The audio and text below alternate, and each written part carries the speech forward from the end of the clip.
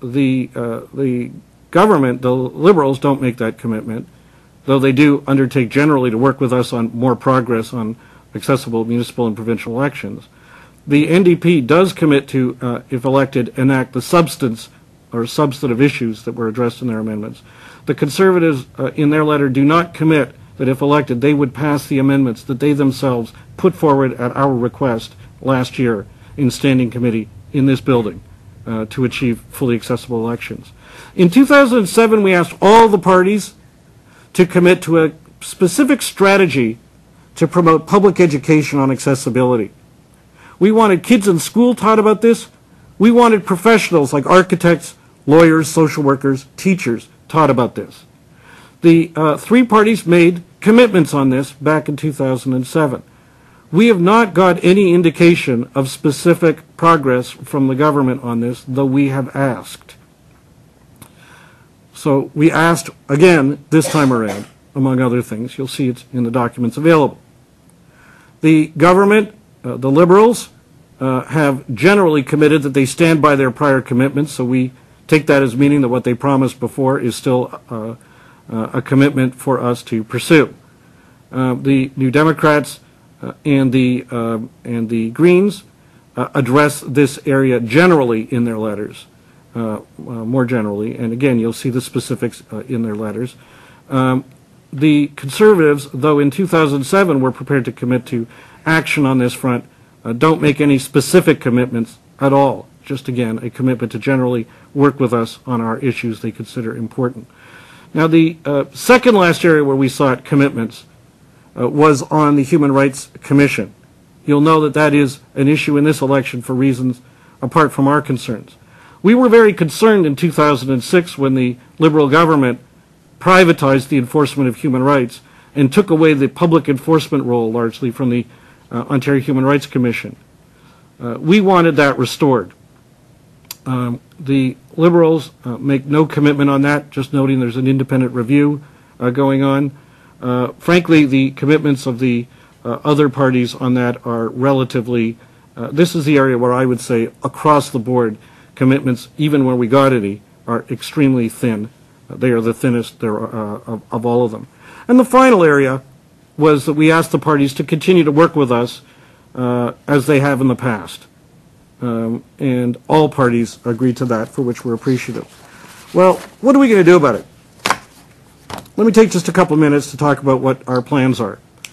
We've got a track record of raising these issues in provincial elections and in by-elections. We do not tell people who to vote for or who to vote against. We do several things, and we're going to do it again. The first thing is that we try to make these positions and these platform positions publicly available to voters. Voters with disabilities, their friends, their families, and everybody who's going to get a disability later in life. In other words, everybody. And we urge them to let others know about these issues, to raise them with the candidates, and to also consider these issues as they decide on what they're going to do on Election Day. We are going to be doing that again. We do it at the grassroots level by inviting people and encouraging people to go to all candidates debates, write op-eds for the paper, call in to call-in shows, to raise this issue where we don't have a budget for fancy TV ads, to raise these issues using what is our true strength, which is human beings, voters, raising these issues with each other. We've done it before, we've done it effectively, and we'll do it again. But as well, emphasizing that we do not campaign for or against any party, we do campaign for an issue.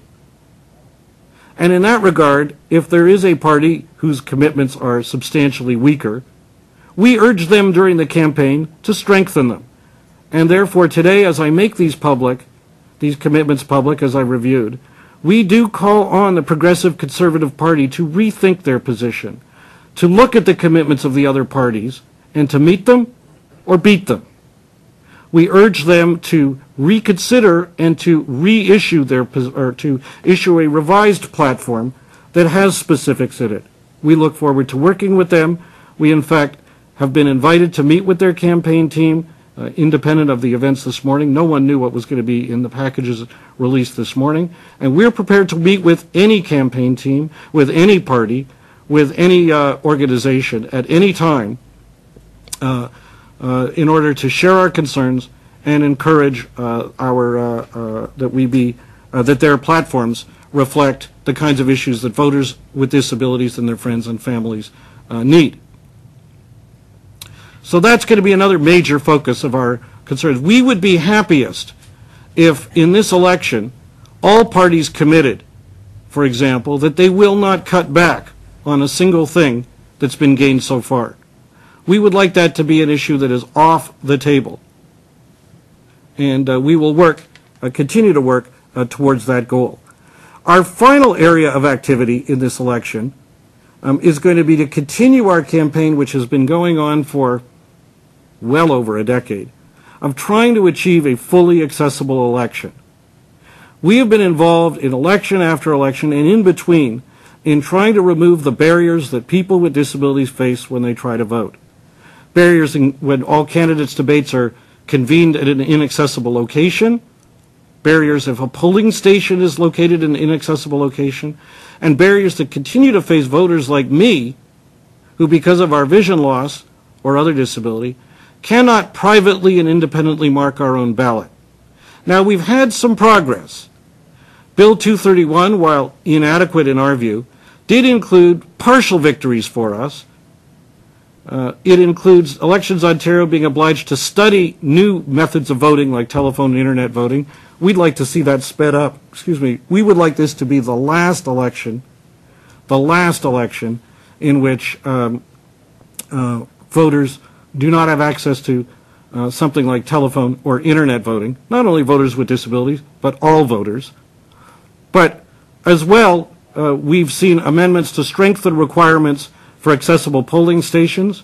We hope that Election Ontario's unfortunate history in the past of not always having fully accessible polling stations will be a thing of the past. Elections Ontario, under the new legislation, has taken some new commendable steps in that regard, and we encourage them to keep on it. Similarly, we have been successful through the Bill 231 fight to get the government to approve the acquisition by Elections Ontario of a new accessible voting machines where people with disabilities like mine can mark their vote independently. Unfortunately, there's only going to be 144 of those machines in the entire province, one in each riding for sure, and in some ridings there'll be more than one. Now, we think that people with disabilities should be able to vote with the same access that people without disabilities. They shouldn't have to go all the way across their riding, which in some ridings is quite a distance, just to be able to mark their ballot without having somebody else mark it for them, hoping that that other person gets it right, keeps it private, and doesn't spoil the ballot by accident. I will tell you, as a point of comparison, that Ontario continues to lag behind in this area. Last year I met with the clerk responsible for elections in Cook County, that's Chicago and the greater Chicago area. In the city of Chicago itself, population of memory serves of about 3 million. There are 2,500 accessible voting machines. In Cook County, that's the greater Chicago area, population of 6,000, or pardon me, of I don't know, probably 5 or 6 million, I can't remember. There are 6,000 accessible voting machines. For all of the huge territory of Ontario, 11 million people, 144. The government, when they brought Bill 231 in, said these machines are way too expensive. They're $10,000 each. Sometimes they said $15,000 when installed and training is done. The figure we got yesterday from Elections Ontario is they paid about $6,000 for each. Now, we think that you don't need to buy one for each polling station, that internet voting or telephone voting would be a cheaper and more effective way of providing accessible voting, and there is other technology rather than using those more expensive machines that could be used in each polling station.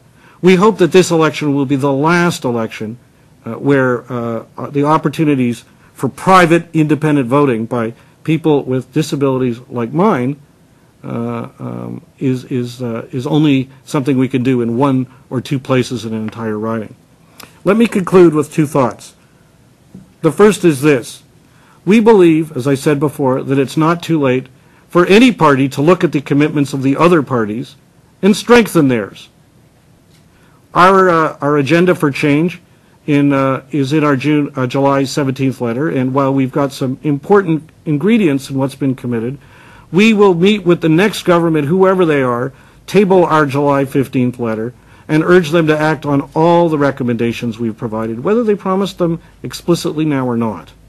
We commend those parties and those politicians individually within their parties that have supported our issue, and we urge in a nonpartisan way the Conservative Party to, as I said, meet or beat the commitments of the other parties. There's no reason why anyone running for office can't commit that they won't cut back on the gains we've made. There's no reason why anyone running to lead our province and govern our province can't commit that our tax dollars will never be used to create another barrier against people with disabilities. My other concluding remark is this. If you follow election coverage, and believe me, we do, some of the pundits and some of the coverage tends to focus on 2 or 3 issues. And the 2 or 3 issues crystallize right around now. The fact is, there are many more issues that concern voters. Ours are among the many. And we hope that the pundits and those deciding what spaces to be allocated for coverage will be broadened to ensure the full range of issues are covered, including ours. The accessibility issue is not the only disability issue. It's the one I'm here to talk about today, but it's an important one. We urge those who are going to be covering this election to ask politicians why they took the positions in the letters you see here today, and if their letters are weak in any way, why they don't commit to more. We look forward to your questions, and we thank you for coming today.